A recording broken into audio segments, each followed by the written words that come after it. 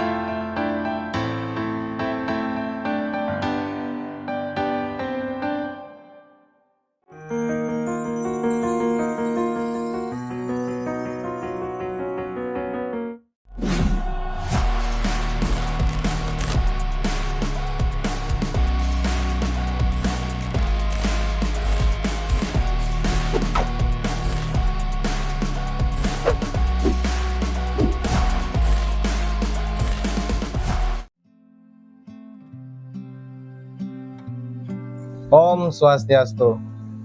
Halo sahabat Lentera 3, perkenalkan nama saya Dewa Nyoman Gita Pramana. Saya groomer ikan mas koki sekaligus pemilik brand Si Bontot Fish yang beralamatkan di Kelurahan Cibulu, Kota Bogor, Bogor Utara, Jawa Barat.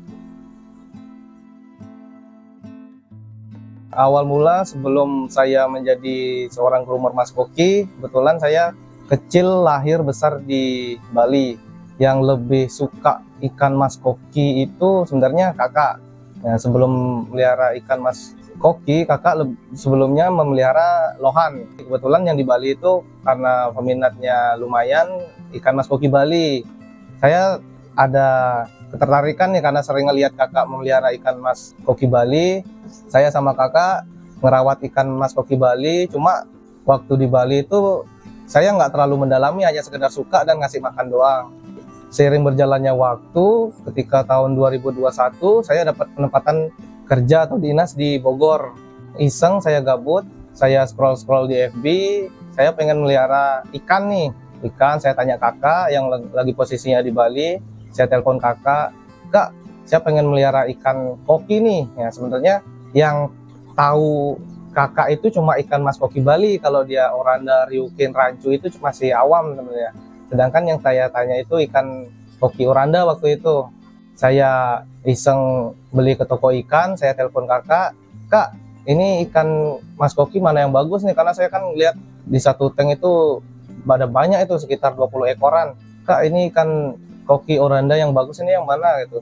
Nah, kakak ngasih taunya yang bulat-bulat. Nah, saya pilih yang paling bulat itu di antara 20 ekor itu.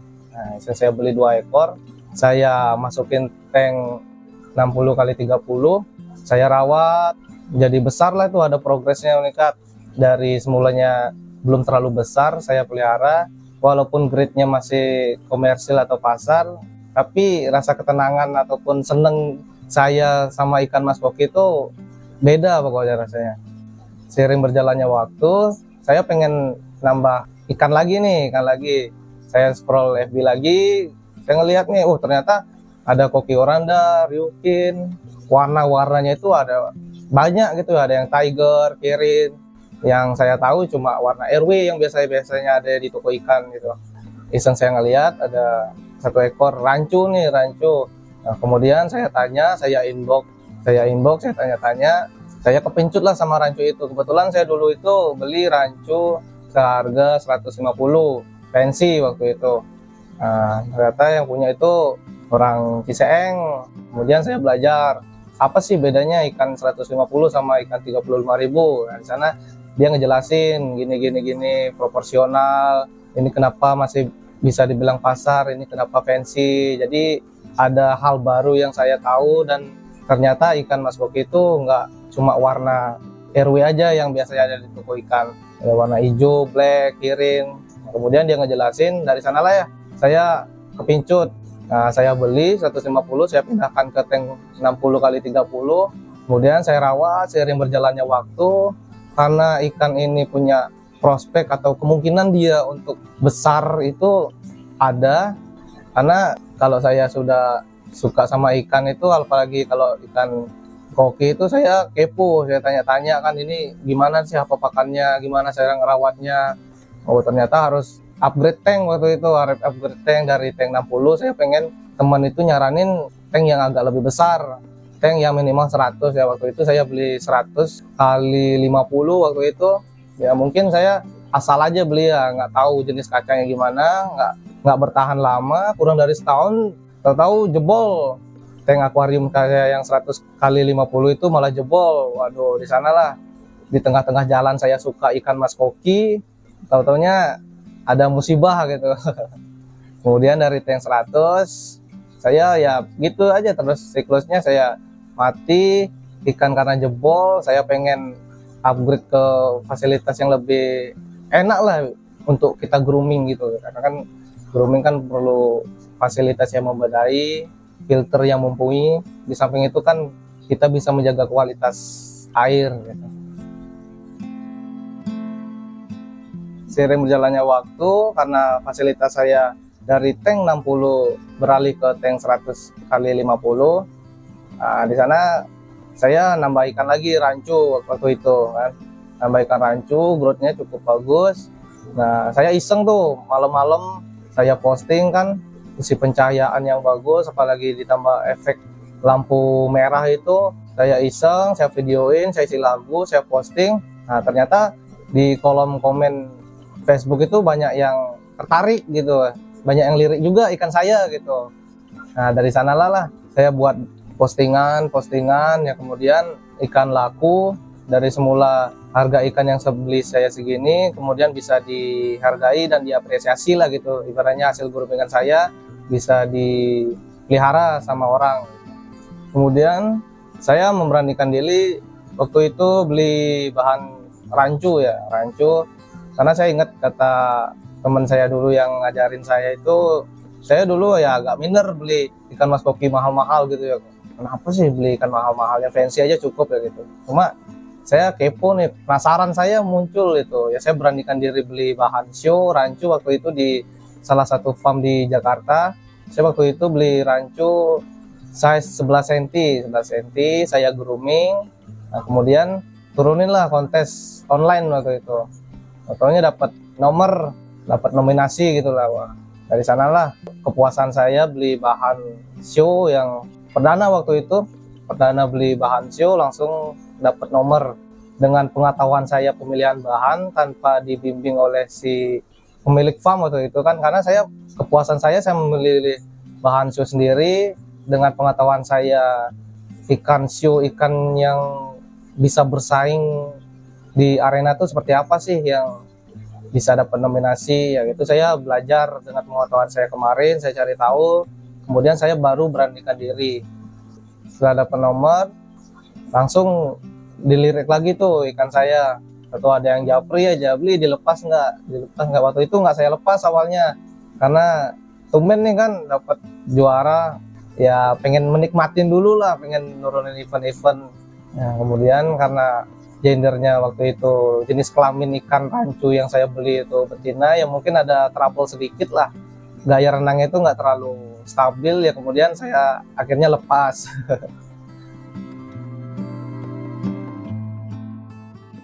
Kemudian sering berjalannya waktu, rutinitas saya bekerja, saya sampai saat ini pun masih kadang teman-teman nawarin ikut KC bahan-bahan, walaupun ya ikan KC masih grade-nya di bawah grade show ya. Sampai saat ini saya masih kadang kalau saya ada waktu, saya sempat ikut event sampai saat ini.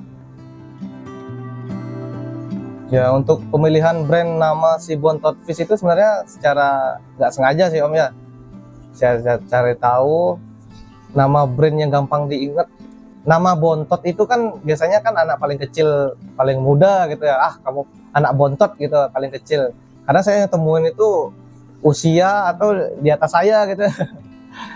Makanya saya menamakan brand atau akun saya itu biar cepat diingat, biar agak beda gitu loh Om ya. Kalau nama saya Dewa Goldfish itu kan sudah terlalu biasa gitu Om ya. Makanya saya terlintas untuk membuat nama akun si Bontot Fish biar penyebutannya cepat dan gampang diingat gitu. Dan kenapa namanya fish bukan goldfish, di samping cepat penyebutannya, ya kedepannya dari ikan mas koki ini saya pengen mempelajari dan pengen menggeluti ikan-ikan yang lain gitu ya, nggak cuma di ikan mas koki aja gitu.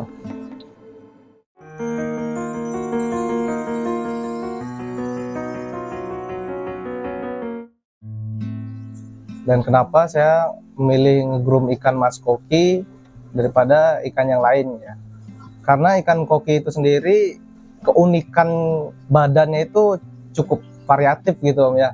Memang ada grooming koi pun ada, cuma saya lebih tertarik itu ikan koki, sampai kayak ryukin, gimana menyeimbangkan badan, gimana kalau kontrol pakannya terlalu kencang ini. Jadi lebih ke seni sih Om, lebih bervariatif, dan juga growth-nya itu kadang lebih cepat. Sebenarnya kontes grooming itu kan bukan asal mempercepat, ya mempercepat besar juga ya, cuma kan di samping itu gimana kita membuat ikan lebih besar tapi tetap sehat, itu sih cara grooming ikan mas koki itu. Ada tantangan sendirinya. Ikan mas koki yang saya grooming saat ini Om ya, kalau untuk fasilitas saya dengan ya dibilang masih kurang sih Om ya, dengan panjang tank 150 kali 60 ini ya paling saya grooming ikan mas koki itu di size junior atau senior gitu ya. Kalau jenis ikannya sendiri ada, untuk saat ini ada rancu, ada ryukin. Ya kalau untuk grooming maksimal paling sampai di size junior atau senior ya Om ya. Untuk saat ini hanya ikan rancu dan ryukin hanya satu nih Om. Sisanya hanya fancy. Ini ada ikan ryukin saya yang mau saya turunin junior atau senior ya. Rencana saya persiapkan dan masih saya grooming untuk turun kontes selanjutnya. Saya melihat dia punya kelebihan proporsional badan ya. Kalau ryukinnya harus proporsional, kepala lancip, ham atau punggung dan perutnya itu sama 1:1. Dan nanti deh saya spill di akhir video. Keuntungan dan kesulitan atau suka duka Om ya, grooming ikan mas koki. Sebenarnya kalau udah fasilitas kita cukup dengan pemilihan bahan yang benar, keuntungannya ya ikan sesuai ekspektasi kita Om ya. Jadi ikan laku ya, itu keuntungan sendiri sesuai ekspektasi kita ya. Cuma kan kalau kesulitannya sebenarnya nggak sulit sih Om, asalkan kita tahu treatment puasa, treatment ganti air, treatment bersihin filter mekanis, ya itu sebenarnya ya cuma melawan rasa males aja sih Om. Kesulitannya itu sih Om. Ya dukanya paling di tengah jalan ya, namanya seperti cuaca saat ini Om ya. Kadang hujan, panas, bisa dibilang swing suhu, perubahan dari panas ke hujan itu kan membuat ikan kadang drop. Jadi ikan nafsu makan itu agak berkurang sih Om. Gimana ya kalau ikan nggak mau makan atau nafsunya berkurang, gimana nih treatment kita sebagai groomer? Nah itu tantangan sendiri bagi kita. Gimana nih treatment kita? Mungkin treatment orang beda-beda, dikasih vitamin atau enggak, pakannya dikurangi. Kalau saya sendiri di swing suhu itu kadang saya pakan dikurangi, intensitas pergantian air ya juga berkurang gitu Om. Jadi kita ngikut maunya ikan nih nggak nafsu makan, jadi kita jangan paksa makan ya. Kalau asalkan ikan lagi fit gitu ya, sama ya kayak manusia ya. Kalau ikan lagi mau makan ya kita push terus. Kalau saya di sini sebagian besar ikan mas koki saya dari teman-teman dari petani Tulungagung ya. Kita tahu sendiri Tulungagung pusat koki terbesar ya bisa dibilang kan. Dan ada juga ya sekitaran teman-teman Jabodetabek, cuma sebagian besar ikan saya yang saya grooming, saya ambil bahan itu dari teman-teman Tulungagung. Kalau untuk fasilitas saat ini saya cuma ada tank sih Om ya, tank ukuran 150 kali 60, tinggi air nggak nyampe 60 deh itu karena berkurang. Kalau untuk kapasitas atau gini populasi ikan ini nggak banyak sih Om. Kalau untuk tank segini paling mentok di 4-5 ikan di size junior. Bisa teman-teman ngasih 10 atau berapa 15 pun nggak apa-apa. Cuma kan hasil yang kita grooming itu nggak maksimal. Semakin banyak populasi maka pertumbuhan ikan itu kan semakin melambat. Yang saya tahu itu sih Om. Kalau hama atau penyakit di sini paling kalau untuk cuaca saat ini di Bogor ya Om ya. Ya paling WS atau ikan merah-merah, yang paling gampang sih WS itu. Kalau treatment saya sendiri paling WS tinggal colok heater, itu paling cepet sih Om ya, timbang ya Methalin Blue membantu juga sih Om. Cuma kalau menurut saya pribadi yang nyembuhin WS itu paling heater sih Om ya. Kadang yang di atas WS ada yang merah-merah, kadang itu merah-merah, kadang saya karantina heater, obat biru gitu aja sih Om.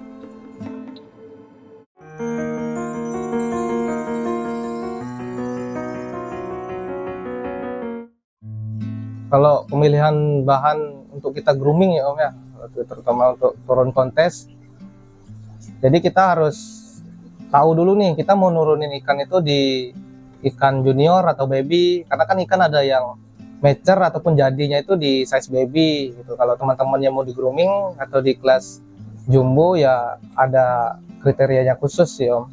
Kalau ikan jumbo kadang dia ikan agak manjang tuh. Kalau teman-teman beli OST ya ikan agak manjang, basicnya ya proporsional dulu, keseimbangan antara kepala, badan, ekor. Kalau teman-teman ngelihat renangnya bagus, kemudian fokus ke fin ada yang cacat atau enggak, ada yang bengkok-bengkok, kemudian kerapian teman-teman lihat.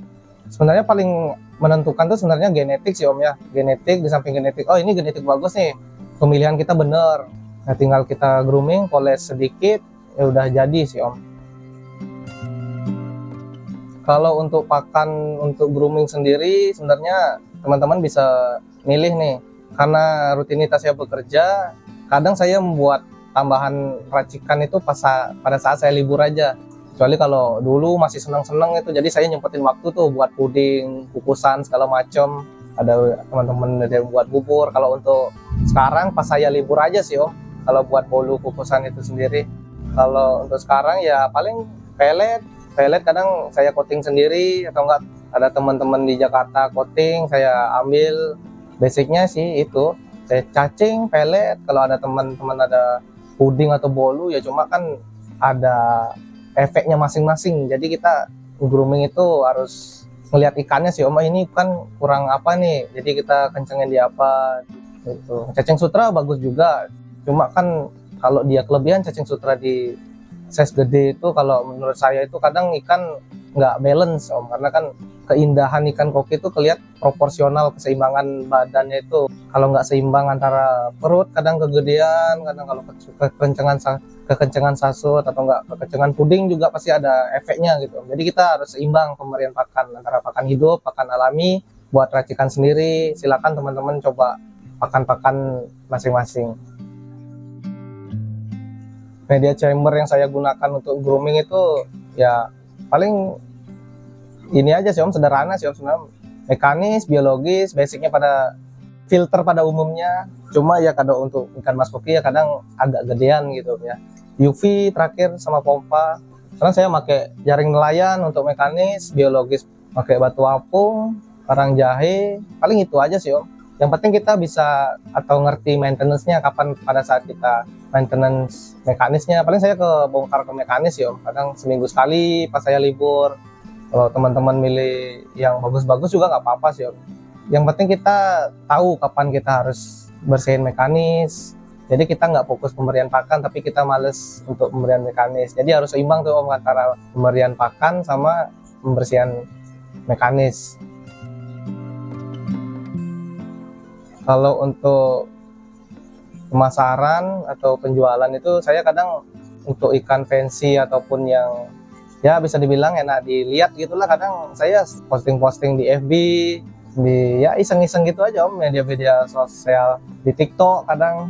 Ya kalau dulu saya sempet kirim ke Sumatera, kalau Jabodetabek rata-rata udah pernah sih Om, karena dulu saya waktu senang-senangnya live TikTok itu, live TikTok kan dulu iseng malam ada yang WA nih, karena di bio saya di akun TikTok itu ada WA saya, ada yang Om bisa kirim ke Sumatera nggak? Awalnya dulu saya nggak ngerti, wih gimana nih cara ngirim ke Sumatera, ini kan hidup nggak? Saya tanya ke teman bilang aman. Jadi caranya gini Bre, saya karantina agak lama, ikan udah sehat, ikan udah pasti sehat, kalau dikirim pun di bungkusan atau di packingan itu ikan bening atau gimana. Jadi kita untuk proses pengiriman itu yang penting kuncinya ikan dipastikan sehat dulu teman-teman.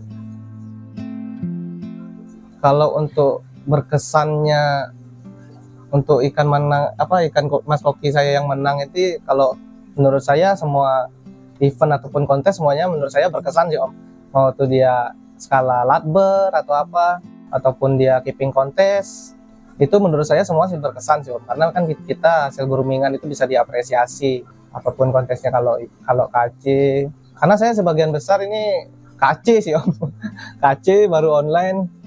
Ya ada tantangannya sendiri lah kalau KC itu kan, jadi kita bisa memelihara ikan dengan baik, dengan growth yang cepat tanpa membuat ikan itu sakit atau gimana sampai finish gitu. Itu sih Om. Rencana saya ke depannya ya untuk ikan Mas Koki ini saya pengen turun ke offline ya Om ya. Saya pengen offline, jadi samping itu saya pengen kayak punya galeri gitu ya, koleksi pribadi. Jadi teman-teman sharing itu nggak malu.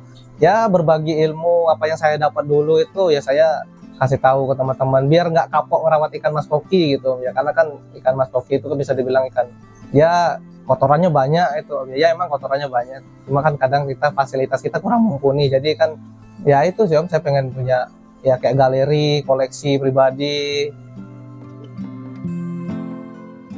Harapan saya untuk dunia Mas Koki ini sih Om, lebih banyak lagi penggiat ikan Mas Koki ya. Malah ya event-event skala kecil tuh penyemangat juga bagi pemula teman-teman. Gimana sih dulu juga mau event latber, teman-teman sekarang udah banyak event latber.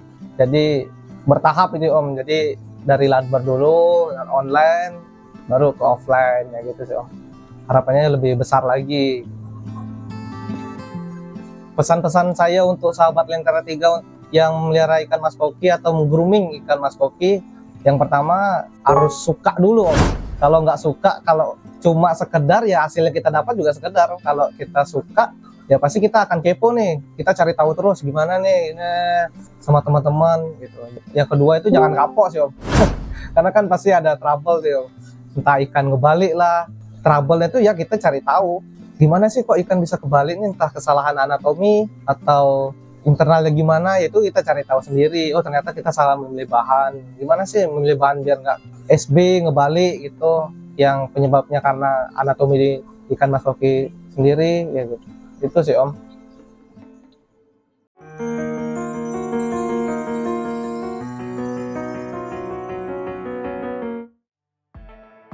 Sahabat Lentera 3, seperti janji saya tadi, di depan teman-teman lihat sendiri bahan Ryukin, bahan kontes ya teman-teman, masih bahan kontes, sekitar size di 10-11 sentian, badan proporsional, dia paling maksimal nanti di size senior ya, di atas size 12 sampai 15 sentian. Untuk mendetail saya akan jelaskan anatomi Ryukin untuk bahan show atau kontes yang akan diturunkan ini.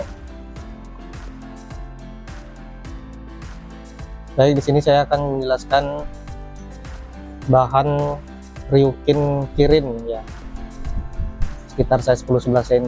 Saya akan menjelaskan detail untuk pemilihan bahan untuk yang bisa di grooming atau untuk bisa diturunkan kontes itu. Bentuk kepala seperti ini ya kalau Ryukin, harus lancip, segitiga, runcing, atau bentuk angka 7 kebalik. Proporsional badan banding 1:31. 1 untuk kepala, 3 badan, dan 1 untuk ekor. Kemudian Setelah kita dapat proporsional, kemudian kita ke rapihan sirip-sirip. Kerapihan sirip-sirip seperti teman-teman lihat sendiri. Untuk sudut ekor tegak, untuk dorsal, untuk ekor tidak ada bengkok, untuk bukaan ekor tidak terlalu mekar, anal fin di tengah.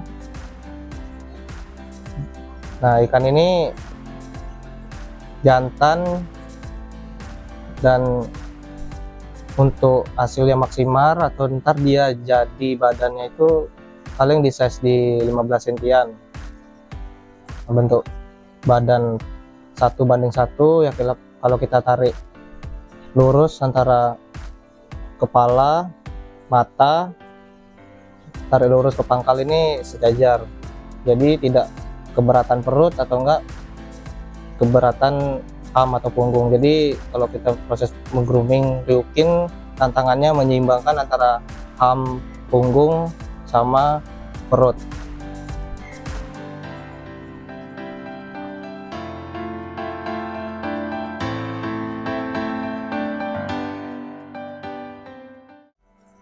Ya, sahabat Lentera 3, yaitu sedikit cerita saya, perjalanan saya menjadi groomer ikan mas koki.